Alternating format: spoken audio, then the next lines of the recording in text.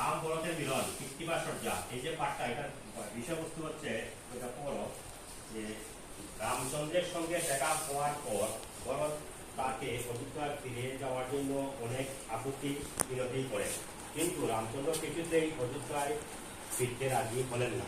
নিরুপায় ভরত তখন রামচন্দ্রের কাছে তার পাদুকা দুটি চাইলেন। তিনি জানালেন এই পাদুকাকে সিংহাসনে বসিয়ে শ্রী রামচন্দ্রের নামেই তিনি প্রজা পালন করবেন। ভরত রামচন্দ্র যখন বনবাসে যাওয়া যখন ভরত তিনি সাথে ছিলেন না, তিনি তার মামার বাড়ি তিনি এসে দেখলেন যে তিনি নাই, রামচন্দ্র নাই। তখন তিনি কি করলেন, তিনি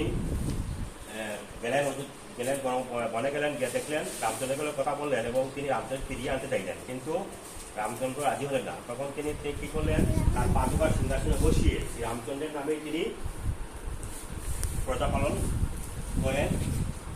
এই হচ্ছে এটার মূল ভাব। এখন যখন এটার মধ্যে কিছু শব্দ আছে, বিপরীত শব্দ আছে এবং কিছু প্রশ্ন আছে। কবিতাটি কোন কাব্য থেকে গৃহীত হয়েছে? আজ কোন কাব্য থেকে গৃহীত হয়েছে? গৃহীত হয়েছে।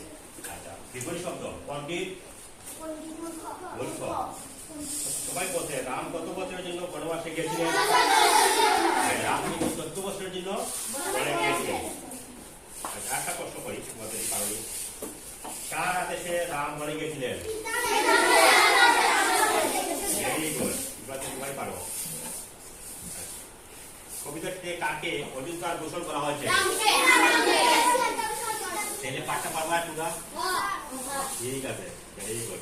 এখন তোমরা লেখাইমু, হ্যাঁ, প্রশ্নগুলো লেখাইমু, তারপরে কবিতাটা লেখাইমু, শব্দ লেখাইমু, বিপরীত শব্দগুলো লেখাইমু, এগুলো তোমরা লিখে দিবা।